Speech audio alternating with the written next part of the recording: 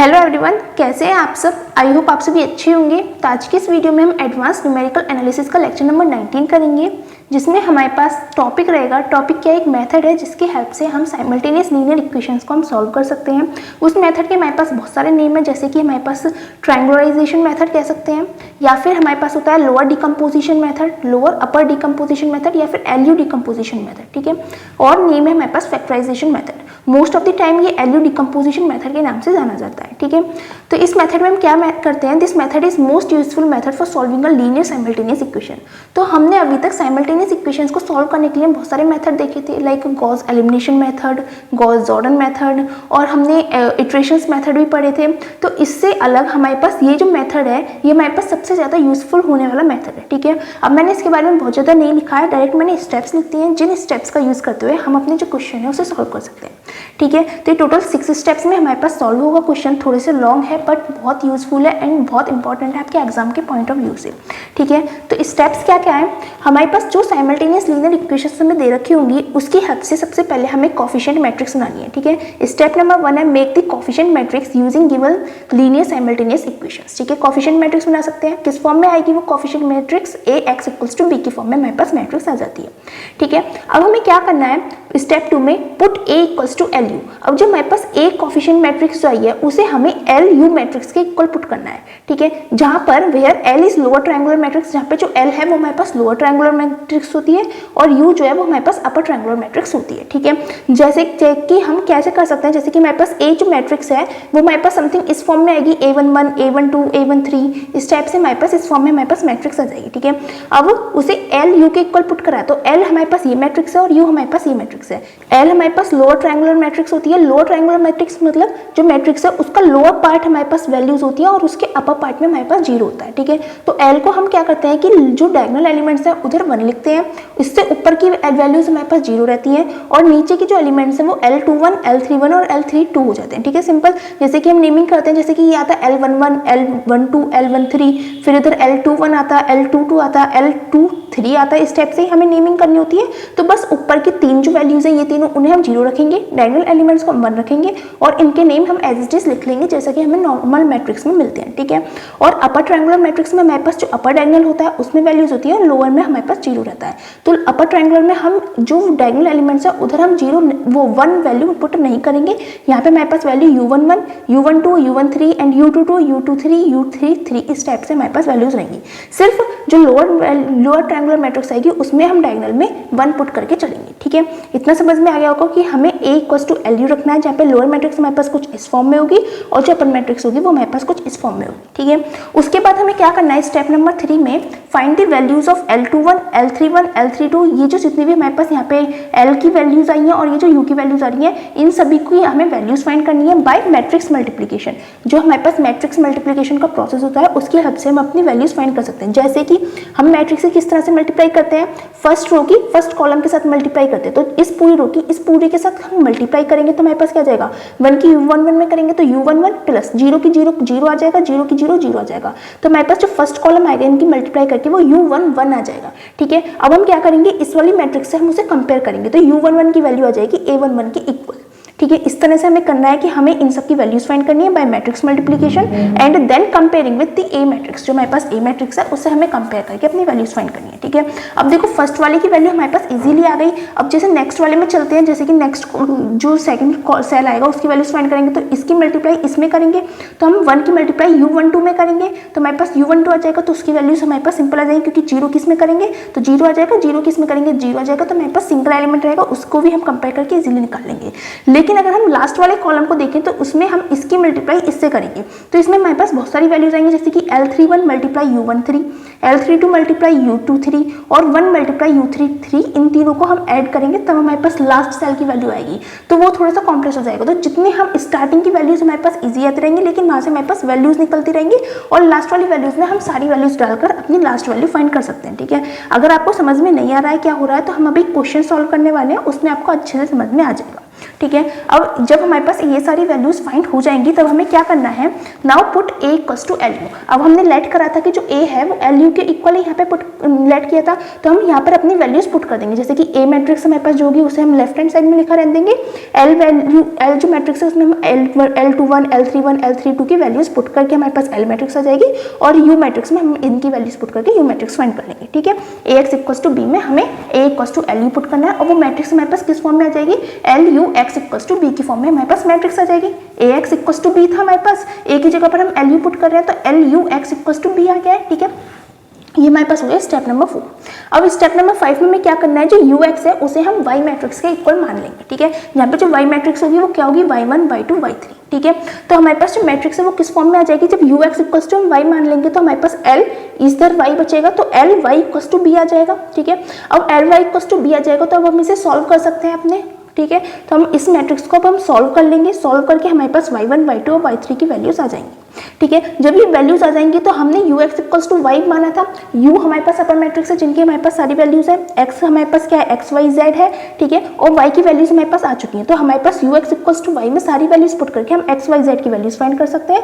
ठीक है, तो 6th स्टेप में यही लिखा हुआ है, put the Y matrix values in the equation U X equals to Y, U X equals to Y में हम अपनी वाई की वैल्यूज पुट कर देंगे, solve the equation to get the values. अब सॉल्व करेंगे इक्वेशन को, वैल्यूज मिल जाएंगी किसकी, मैट्रिक्स एक्स की, एक्स मैट्रिक्स हमारे पास एक्स वाई जेड है, और यही हमारे पास रिक्वायर्ड सॉल्यूशन होता है। ठीक है, आई होप आपको स्टेप समझ में आ गए होंगे। मैंने बहुत अच्छे से एक्सप्लेन करने की कोशिश करी है आपको स्टेप बाय स्टेप, क्योंकि थोड़ा सा लॉन्ग रहता है ये मेथड, तो आपको अच्छे से समझ में आ जाएगा, कभी आपसे कोई स्टेप मिस हो जाए। ठीक है, अब हम इसके ऊपर एक क्वेश्चन सॉल्व करेंगे। क्वेश्चन भी हमने थोड़ा सा लॉन्ग लिया है जिससे आपको एग्जैक्टली एक एक स्टेप आपको अच्छे से समझ में आ जाए। ठीक है, उसके बाद आपको एक होमवर्क में भी क्वेश्चन देंगे। तो हमारे पास क्वेश्चन क्या है, solve the given system of linear simultaneous equations by LU decomposition method. ठीक है, हमारे पास यहाँ पे सिस्टम ऑफ लीनियर इक्वेशंस दे रखी है। ठीक है, इसे हमें एलयू डिकम्पोजिशन मेथड की हेल्प से सॉल्व करना है। आपसे एलयू डिकम्पोजिशन मेथड की जगह पूछ सकता है कि ट्रायंगुलराइजेशन मेथड से सॉल्व करिए, फैक्टराइजेशन मेथड से सॉल्व कीजिए। तो तीनों मेथड हमारे पास सेम होते हैं, बस नेम चेंज होता है। तो हमारे पास एक ही मेथड के 3 नेम दे रखे हैं, तो आप ये वाला मेथड अप्लाई करेंगे। ठीक है, इसके बाद एक और मेथड आता है चॉलेस्कीज मेथड। ठीक है, तो वो भी बिल्कुल सेम सा है, उसमें बस डिफरेंस क्या होता है कि जो हमारे पास मैट्रिक्स आती है वो सिमेट्रिक मैट्रिक्स होती है। नेक्स्ट लेक्चर में हम वही मेथड करने वाले हैं, तो आपको अच्छे से समझ में आ जाएगा कि दोनों मेथड में डिफरेंस क्या है। ठीक है, अभी हम इस मेथड को करते हैं जिससे आपको कंफ्यूजन भी नहीं होगा, मैं उसके बारे में ज़्यादा नहीं बता रही हूँ। ठीक है, तो हमारे पास एलयू डिकम्पोजिशन मेथड से इसे सॉल्व करना है, और इक्वेशन हमारे पास ये दे रखे हैं। तो हमारे पास कोफिशिएंट मैट्रिक्स क्या आ जाएगी, the coefficient matrix is coefficient matrix हमारे पास क्या होगी, हमारे पास ए एक्स इक्वल्स टू बी की फॉर्म में आएगी। जहाँ पर जो ए है हमारे पास वो क्या होगा, मैं direct A X equals to B नहीं लिख के यहाँ पे वैल्यूज लिख देती हूँ। ए हमारे पास रहेगा 1 5 1 2 1 3 3 1 4। ठीक है, एक्स हमारे पास क्या रहेगा, एक्स वाई और जेड रहेगा। ठीक है, अब बी हमारे पास रहेगा 14 13 और 17। ठीक है, ये हमारे पास ए एक्स इक्वल्स टू बी आ गया है। अब नेक्स्ट स्टेप क्या करना है हमें, हमारे पास ए मैट्रिक्स ये है, अब ए मैट्रिक्स को एल यू की फॉर्म में लिखना है। ठीक है, putting A equals to L U. ठीक है, एल यू की हम फॉर्म में पुट करेंगे तो हमारे पास क्या हो जाएगा, हमारे पास ए मैट्रिक्स हमारे पास सेम यही है 1 2 3 5 1 1 1 3 4। ठीक है, इक्वल्स टू में आ जाएगा। अब एल मैट्रिक्स का नियर, एल मतलब लोअर ट्रायंगुलर मैट्रिक्स, तो लोअर में हमारे पास जो अपर वैल्यूज होती है वो हमारे पास 0 रहेंगी, डायगोनल एलिमेंट हम 1 लेकर चलेंगे। ठीक है, और ये जो वैल्यूज है वो क्या क्या जाएंगी, एल सेकंड रो का फर्स्ट एलिमेंट L21 हो गया, थर्ड रो का फर्स्ट एलिमेंट 31 हो गया, और थर्ड रो का सेकंड एलिमेंट 32 हो गया। ठीक है, इस तरह से हमें L1 L21 L31 और L32 की वैल्यूज लेते हैं। ठीक है, उसके बाद हमारे पास यू क्या है, अपर मैट्रिक्स है, अपर ट्रायंगुलर मैट्रिक्स, जिसमें लोअर वैल्यूज हमारे पास 0 रहेंगी। ठीक है, अब हमारे पास डायगोनल एलिमेंट्स क्या हो जाएंगे, U11 U22 और U33 हो जाएंगे। सिर्फ लोअर वाले में हम 1 लेकर चलेंगे, अपर वाले में हमें 1 लेकर नहीं चलना है। ठीक है, अब यहाँ पे क्या हो जाएगा, देखो फर्स्ट रो का second element U12, first row का थर्ड एलिमेंट U13 हो जाएगा, फिर सेकंड रो का थर्ड एलिमेंट U23 हो जाएगा। ठीक है, इस तरह से हमारे पास ये वैल्यूज आ गई हैं। ठीक है, अब यहाँ पे हम अपनी मैट्रिक्स मल्टीप्लिकेशन अप्लाई करेंगे। तो मैट्रिक्स मल्टीप्लिकेशन करने के बाद हमारे पास क्या आ जाएगा, इक्वल में हमारे पास वैल्यूज रहेंगी। देखो सबसे पहले इस रो की इस कॉलम में मल्टीप्लाई करेंगे, तो 1 इंटू U11 हमारे पास U11 आ जाएगा, प्लस 0 मल्टीप्लाई 0 0 रहेगा, 0 मल्टीप्लाई 0 0 रहेगा, तो हमारे पास U11 आ गया। ठीक है, अब हम सेकंड एलिमेंट की वैल्यू फाइंड करते हैं। सेकंड एलिमेंट के लिए क्या करेंगे, फर्स्ट रो की सेकंड कॉलम में मल्टीप्लाई करेंगे, तो 1 की U12 में करेंगे तो U12 आ जाएगा, फिर 0 की U22 में करेंगे जीरो हो जाएगा, जीरो की जीरो में करेंगे तो जीरो हो जाएगा, ठीक है। तो ये सेकंड एलिमेंट हमारे पास ये आ गया, ठीक है। अब थर्ड एलिमेंट हमारे पास क्या हो जाएगा, फर्स्ट रो की थर्ड कॉलम में हम मल्टीप्लाई करेंगे, तो 1 की U1 3 में करेंगे हमारे पास U1 3 आ जाएगा, जीरो किस में करेंगे जीरो आ जाएगा, जीरो किस में करेंगे तो जीरो आ जाएगा, ठीक है। उसके बाद हम सेकंड रो में चलते हैं, सेकंड रो में क्या करेंगे, हम सेकंड रो की फर्स्ट कॉलम में मल्टीप्लाई करेंगे, तो L21 की U11 में मल्टीप्लाई होगी, L21 की U11 में मल्टीप्लाई होगी, फिर 1 की मल्टीप्लाई होगी जीरो में तो जीरो आ जाएगा, फिर जीरो की मल्टीप्लाई होगी जीरो में तो जीरो आ जाएगा, ठीक है। उसके बाद सेकंड एलिमेंट पर चलते हैं, सेकंड रो के सेकंड एलिमेंट पर, तो सेकंड रो की सेकंड कॉलम में मल्टीप्लाई होगी, तो L21 की L12 में होगी, तो हमारे पास L21 LU12 हमारे पास आ जाएगा प्लस, ठीक है। अब देखो, अब इसकी इसमें होगी 1 की मल्टीप्लाई U22 में करेंगे तो हमारे पास U22 आ जाएगा, ठीक है। फिर जीरो की मल्टीप्लाई जीरो में करेंगे तो जीरो आ जाएगा, ठीक है। अब हम थर्ड एलिमेंट पर चलते हैं, थोड़ा सा पास हो गया जिससे आपको गिच पिच सी हो सकती है, ऐसे थोड़ा काट के मैं दूर लिख देती हूँ, ठीक है, यहाँ पे आ जाएगा, ठीक है। उसके बाद हम सेकंड रो की थर्ड कॉलम में मल्टीप्लाई करेंगे, तो L21 की U13 में मल्टीप्लाई करेंगे तो हमारे पास आ जाएगा L21 U13, ठीक है, प्लस अब 1 की मल्टीप्लाई U23 में होगी तो U23 हो जाएगा, फिर जीरो की मल्टीप्लाई U33 में होगी तो जीरो रहेगा, तो इतना ही रहने देते हैं, ठीक है। जीरो लिखने का कोई बेनिफिट नहीं है। उसके बाद हम नेक्स्ट रो में आएंगे, तो थर्ड रो की फर्स्ट कॉलम में मल्टीप्लाई करेंगे, तो L31 मल्टीप्लाई U11 हो जाएगा, L31 मल्टीप्लाई U11 हो जाएगा। उसके बाद हमारे पास L32 की मल्टीप्लाई जीरो में करेंगे तो जीरो हो जाएगा, 1 की मल्टीप्लाई जीरो में करेंगे तो जीरो हो जाएगा, तो थर्ड रो का फर्स्ट एलिमेंट हमारे पास यही आ जाएगा, ठीक है। अब सेकंड एलिमेंट के लिए हम क्या करेंगे, लास्ट रो की सेकंड कॉलम में मल्टीप्लाई करेंगे, तो L31 की U12 में करेंगे, हमारे पास क्या जाएगा L31 U12 आ जाएगा, प्लस फिर L32 की U22 में करेंगे, तो L32 की U22 में मल्टीप्लाई करेंगे, तो ये हमारे पास नेक्स्ट एलिमेंट हो जाएगा। फिर 1 की मल्टीप्लाई जीरो में करेंगे तो जीरो आ जाएगा, तो वो लिखने की नीड नहीं है, ठीक है। उसके बाद हम थर्ड रो की थर्ड कॉलम में मल्टीप्लाई करेंगे, तो L31 की U13 में करेंगे, L31 U13 की करेंगे, प्लस L32 की U23 में करेंगे, L32 U23, ठीक है, प्लस फिर 1 की मल्टीप्लाई U33 में करेंगे तो U33 ही हो जाएगा, ठीक है। इस तरह से हमारे पास ये जो मैट्रिक्स की मल्टीप्लाई करके हमारे पास ये मैट्रिक्स आ जाएगी, ठीक है। अब हम क्या करते हैं, यहाँ पे हमारे पास ए मैट्रिक्स थी, उसकी वैल्यूज भी लिख लेते हैं, 1 2 3 5 1 1 और 1 3 4, ठीक है। अब हम क्या करेंगे, अपनी मैट्रिक्स को कंपेयर करेंगे, ठीक है। कंपेयरिंग मैट्रिसेस, दोनों जो मैट्रिक्स हैं इक्वल है, इसका मतलब हम दोनों मैट्रिसेस को कंपेयर कर सकते हैं। तो हमारे पास क्या आ जाएगा, U11 हमारे पास 1 के इक्वल हो जाएगा, U11 इक्वल्स टू 1 हमारे पास आ जाएगा, ठीक है। U12 हमारे पास 5 आ जाएगा, U12 इक्वल्स टू हमारे पास 5 आ जाएगा, और U13 हमारे पास 1 के इक्वल आ जाएगा, ठीक है। ये वैल्यूज हमारे पास सिंपली आ गई हैं। उसके बाद हम देखो L21 इंटू U11, L21 और U11 इक्वल्स टू हमारे पास 2 के इक्वल रहेगा, ठीक है। और देखो U11 की वैल्यू हमारे पास 1 है, तो यहाँ पे L21 मल्टीप्लाई 1 इक्वल्स टू 2 कर सकते हैं, और इससे हमारे पास आ जाएगा कि L21 हमारे पास 2 के इक्वल आ गया है, ठीक है। L21 की वैल्यू आ गई। अब हम इस वाले की वैल्यू फाइंड करते हैं। देखो इस वाले की वैल्यू हम अभी नहीं फाइंड कर सकते, क्योंकि हमारे पास L21 भी नहीं पता और U22 भी नहीं पता, हमें दो वैल्यूज नहीं पता, तो हमने फर्स्ट रो फाइंड कर ली। अब पहले फर्स्ट कॉलम फाइंड करेंगे, ठीक है। फर्स्ट कॉलम के लिए हम क्या कर सकते हैं, यहाँ पे ये तो एलिमेंट पता चल गया। अब इस वाले एलिमेंट के लिए हम क्या करेंगे, L31 U11 इक्वल्स टू हमारे पास 3 के इक्वल रहेगा, ठीक है।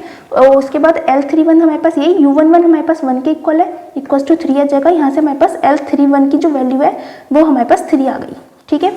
उसके बाद अब हम क्या करने वाले हैं, अब हम इसकी वैल्यू फाइंड करेंगे। सबसे पहले इसमें प्रोसीजर ठीक से फाइंड करने का, पहले हम फर्स्ट रो फाइंड करेंगे, फिर फर्स्ट कॉलम फाइंड करेंगे, फिर सेकंड रो फाइंड करेंगे, फिर सेकंड कॉलम फाइंड करेंगे। इस तरह से हमें चलना है, ठीक है। हमारे पास फर्स्ट रो की सारी वैल्यूज आ गई हैं, फर्स्ट कॉलम की दोनों वैल्यूज आ चुकी हैं, ठीक है। अब हम सेकंड रो पर चलते हैं। सेकंड रो का फर्स्ट एलिमेंट हमारे पास आ चुका है, L21 और U11 हमारे पास आ चुका है।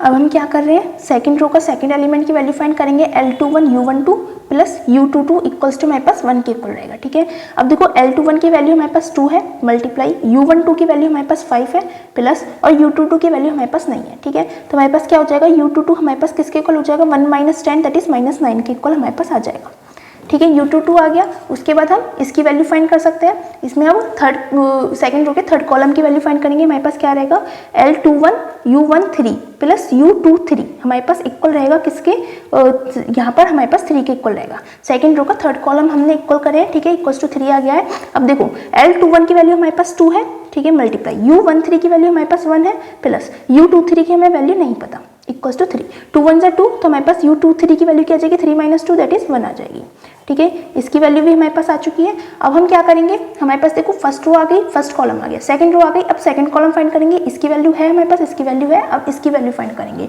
ठीक है, तो इसके लिए हम क्या करेंगे, L31U12 प्लस L32U22 हमारे पास इक्वल आ जाएगा किसके, 1 के। ठीक है, L31 की वैल्यू हमारे पास कहाँ है, ये रही 3 मल्टीप्लाई U12 की वैल्यू क्या है हमारे पास 5 प्लस L32 की वैल्यू क्या है हमारे पास, L32 की वैल्यू अभी हमारे पास आई नहीं है। ठीक है, U22 की वैल्यू हमारे पास -9 है, तो मल्टीप्लाई माइनस का 9 इक्वल्स टू हमारे पास 1 रहेगा। 3 5 से 15 आ जाएगा प्लस L32 की 9 में मल्टीप्लाई कर देंगे तो माइनस आ जाएगा। ठीक है, इक्वल्स टू 1 आ जाएगा। तो हम L32 की वैल्यू अगर फाइंड करेंगे, हमारे पास माइनस का 14 अपॉन माइनस का 9, माइनस से माइनस कैंसिल आउट, तो 14 अपॉन 9 हमारे पास L32 की वैल्यू आ जाएगी। ठीक है, तो हमारे पास L32 की वैल्यू आ चुकी है। उसके बाद हमारे पास बस ये और कंपेयर करने के लिए रह गया है, इसे और कंपेयर कर लेते हैं। हमारे पास क्या रहेगा, L31 plus U13 plus L32U23 plus U33 हमारे पास किसके इक्वल होगा, 4 के इक्वल होगा। सारी वैल्यूज बस पुट करते जाना है। L31 हमारे पास 3 है, इधर मल्टीप्लाई है। ठीक है, मल्टीप्लाई U13 हमारे पास 1 है प्लस L32 हमारे पास कहाँ है, L32 ये रहा 14/9 है, 14/9 मल्टीप्लाई U23 कहाँ है, U23 हमारे पास 1 है प्लस U33 की वैल्यू हमें फाइंड करनी है, इक्वल्स टू हमारे पास 4 आ जाएगा। बस अब अभी इसे सॉल्व कर लेंगे और U33 की वैल्यू फाइंड कर लेंगे और वो हमारे पास आ जाएगी U33 की माइनस का 5/9। ठीक है, इस तरह से हमारे पास अब सारी वैल्यूज आ चुकी हैं। अब हम अपनी सारी वैल्यूज अपनी मैट्रिक्स में पुट कर सकते हैं, A=LU में। ठीक है, सारी वैल्यूज मैं पुट कर लेती हूँ। अब देखो ये हमारे पास किसके इक्वल आ गया, A=LU था। LU हमारे पास जो मैट्रिक्स थी उनमें हमने सारी वैल्यूज पुट कर दी। ठीक है, जैसे कि यहाँ पे L21 की वैल्यू पुट कर दी, L31 की वैल्यू पुट कर दी, L32 की वैल्यू पुट कर दी। ऊपर की मैट्रिक्स की वैल्यूज हमारे पास सेम थी। ठीक है, नीचे की हमारे पास U में हमारे पास 0 थी, ऊपर में हमने अपनी जो वैल्यूज आई थी वो सारी पुट कर दी। ठीक है, ये आप आराम से कर लेंगे, इसमें तो कोई प्रॉब्लम रहेगी नहीं। ठीक है, अब हम क्या करेंगे, हमारे पास क्या था, AX=B था, AX=B था। ठीक है, A=LU है, तो हम यहाँ से क्या कह सकते हैं कि LUX=B आ जाएगा हमारे पास। ठीक है, अब हम लेट करेंगे, लेट UX=Y। ठीक है, हम UX=Y लेट कर लेंगे तो हमारे पास क्या बचेगा, यहाँ से हमारे पास आ जाएगा कि LY= हमारे पास B आ गया। ठीक है, अब हमारे पास जो y है वो हमारे पास y1 y2 y3 है, तो हम अपनी सारी वैल्यूज यहाँ पर पुट कर लेते हैं। L हमारे पास क्या है, L की हम यहाँ पे मैट्रिक्स बनाते हैं 1 2 3 0 1 14/9 0 0 1 है हमारे पास L। ठीक है, y मैट्रिक्स क्या है, हमारे पास y1 है, y2 और y3 है। ठीक है, इक्वल्स टू में हमारे पास B मैट्रिक्स क्या है, B हमने पीछे लिखी है। B हमारे पास मैट्रिक्स रहेगी 14 13 और 17। ठीक है, 14 13 और 17 हम यहाँ पे अपनी वैल्यूज पुट कर लेते हैं, 14 13 और 17। ठीक है, अब हमारे पास ये मैट्रिक्स आ गई है, इसे हम इजीली सॉल्व कर लेते हैं। ठीक है, बहुत आराम से सॉल्व कर सकते हैं। जैसे कि हम इसकी मल्टीप्लाई इस पूरे में करेंगे तो हमारे पास y1 यहाँ से आ जाएगा, हमारे पास y1 हमारे पास 14 आ जाएगा। ठीक है, उसके बाद हम इसकी मल्टीप्लाई इसमें करेंगे तो हमारे पास क्या रहेगा, देखो बहुत अच्छे से देखना, यहाँ पे मैट्रिक्स की मल्टीप्लिकेशन बहुत अच्छे से आनी चाहिए। ठीक है, तो 2 की मल्टीप्लाई पहले y1 में करेंगे तो 2y1 आ जाएगा, प्लस 1 की मल्टीप्लाई y2 में करेंगे तो y2 आ जाएगा, इक्वल्स टू में हमारे पास रहेगा 13। ठीक है, यहाँ से हमारे पास क्या जाएगा, y1 की वैल्यू हमारे पास 14 है, तो 2 × 14 प्लस y2 = 13, तो 14 2 18 हो जाएंगे, तो y2 = 13 - 28 हो जाएगा, तो y2 = हमारे पास माइनस में 3 5 और इधर 15 आ जाएगा। ठीक है, y2 की वैल्यू हमारे पास आ गई है -15। उसके बाद हम y3 की वैल्यू फाइंड करेंगे, तो इस पूरे की मल्टीप्लाई इस पूरे में करेंगे तो हमारे पास क्या आ जाएगा, 3 की y1 में मल्टीप्लाई करेंगे प्लस 14/9 की y2 में मल्टीप्लाई करेंगे प्लस 1 की y3 में करेंगे तो y3 आ जाएगा, इक्वल्स टू में हमारे पास रहेगा 17। ठीक है, यहाँ पे y1 की वैल्यू 14 है, तो 14 3 से 42 आ जाएगा, प्लस y2 की वैल्यू हमारे पास -15 आई है, तो इसे थोड़ा सा सॉल्व कर लेते हैं। यहाँ से 14/9 मल्टीप्लाई माइनस का 15, तो 3 से ये 3 टाइम्स जाएगा, 3 से 5 टाइम्स जाएगा, 14 5 से 70 माइनस का 70/3 आ जाएगा यहाँ से। ठीक है, प्लस y3 की हमें वैल्यू फाइंड करनी है, इक्वल्स टू 17, तो हमारे पास यहाँ पे y3 कितना आ जाएगा, y3 = 17 - 42 प्लस 70/3 आ जाएगा, जिससे हम सॉल्व करेंगे तो हमारे पास y3 की जो वैल्यू है वो इक्वल आ जाएगी -5/3 के। ठीक है, अब यहाँ से हमारे पास y1 y2 और y3 की वैल्यूज आ चुकी हैं। अब हमने ux=y माना था, तो यहाँ पे हम अपनी सारी वैल्यूज पुट कर देंगे, तो ux putting values in ux=y में हम अपनी वैल्यूज पुट करेंगे, तो u मैट्रिक्स लेते हैं सबसे पहले। u मैट्रिक्स हमारे पास क्या है, 1 5 1 0 -9 1 0 0 माइनस का 5/9। ठीक है, तो सारी वैल्यूज में लिख लेती हूँ, 1 5 1 0 -9 एंड 1 एंड नेक्स्ट है हमारे पास 0 0 माइनस का 5/9। ठीक है। एक्स मैट्रिक्स हमारे पास क्या है, एक्स, वाई और जेड है, ठीक है। वाई मैट्रिक्स हमारे पास y1, y2, y3 थी, जिसकी वैल्यू हमारे पास क्या है, y1 का है हमारे पास 14, y2 है हमारे पास माइनस का 15 और y3 हमारे पास का माइनस का 5/3, ठीक है। यहाँ से हम इसकी वैल्यूज फाइंड कर सकते हैं। कैसे करेंगे, बिल्कुल मल्टीप्लाई करनी है जैसे अभी तक हम करते हुए आए हैं। देखो सबसे पहली इक्वेशन हमारे पास क्या रहेगी, 1 की x में करेंगे तो x प्लस 5y आ जाएगा प्लस हमारे पास z हो जाएगा इक्वल्स टू में हमारे पास 14 हो जाएगा, ठीक है। इस पूरी की मल्टीप्लाई ऐसे करी इक्वल्स टू में 14 आ गई, ठीक है। अब इसकी मल्टीप्लाई हम ऐसे करेंगे तो 0 की x में करेंगे तो 0 हो जाएगा, -9 की y में करेंगे तो -9y हो जाएगा, 1 की z में करेंगे तो हमारे पास प्लस z आ जाएगा इक्वल्स टू में माइनस का 15 रहेगा, ठीक है। और थर्ड हमारे पास क्या रहेगा, जब ऐसे मल्टीप्लाई करेंगे तो 0 की x में 0, 0 की y में 0, माइनस के 5/9 की z में करेंगे तो -5/9 की z में करेंगे तो हमारे पास माइनस का 5/3 आ जाएगा। तो इसे जब सॉल्व करेंगे तो z की वैल्यू हमारे पास कैसे आ जाएगी, तो यहाँ से अगर मैं यहीं से ही काट दूँ तो माइनस से माइनस जाएगा, 5 से 5 कट होगा, 3 से 3 टाइम्स जाएगा तो z इक्वल्स टू हमारे पास 3 हो जाएगा, ठीक है। अब यहाँ पे हमारे पास एक इक्वेशन ये है, एक इक्वेशन ये है, इन दोनों से हम y और x की वैल्यू फाइंड कर सकते हैं। सबसे पहले इक्वेशन 2 से फाइंड करते हैं, फ्रॉम इक्वेशन 2 का हम यूज़ करेंगे तो माइनस का 9y प्लस z है हमारे पास 3 इक्वल्स टू माइनस का 15 हो जाएगा, तो माइनस का 9y हमारे पास कितना हो जाएगा, माइनस का 3 माइनस में जाएगा तो माइनस का 18 हो जाएगा, y इक्वल्स टू हमारे पास 2 आ जाएगा, ठीक है। अब हमारे पास z की वैल्यू है, y की वैल्यू है, अब हम इक्वेशन नंबर 1 से x की वैल्यू फाइंड कर सकते हैं। तो फ्रॉम इक्वेशन 1 से हमारे पास क्या आ जाएगा, देखो x हमारे पास एज इट इज रहेगा, 5 2 10 हो जाएगा प्लस z हमारे पास 3 है इक्वल्स टू में हमारे पास 14 रहेगा, तो x 10 प्लस 3 13 माइनस में जाएगा तो x इक्वल्स टू हमारे पास 1 हो जाएगा। तो फाइनली हमारे पास क्या आ गया कि x इक्वल्स टू हमारे पास 1 है, y इक्वल्स टू हमारे पास 2 है और z इक्वल्स टू हमारे पास 3 है। ये हमारे पास सॉल्यूशन आया है। अब सॉल्यूशन जब आ जाना है, जब आ जाएगा आपके पास सॉल्यूशन, तब आपको जो साइमल्टेनियस इक्वेशंस दे रखी हैं उसमें आपको एक बार वैल्यूज पुट करके देख लेनी है, x इक्वल्स टू 1 2 और 3, ठीक है। इस तरह से हमारे पास वैल्यूज है।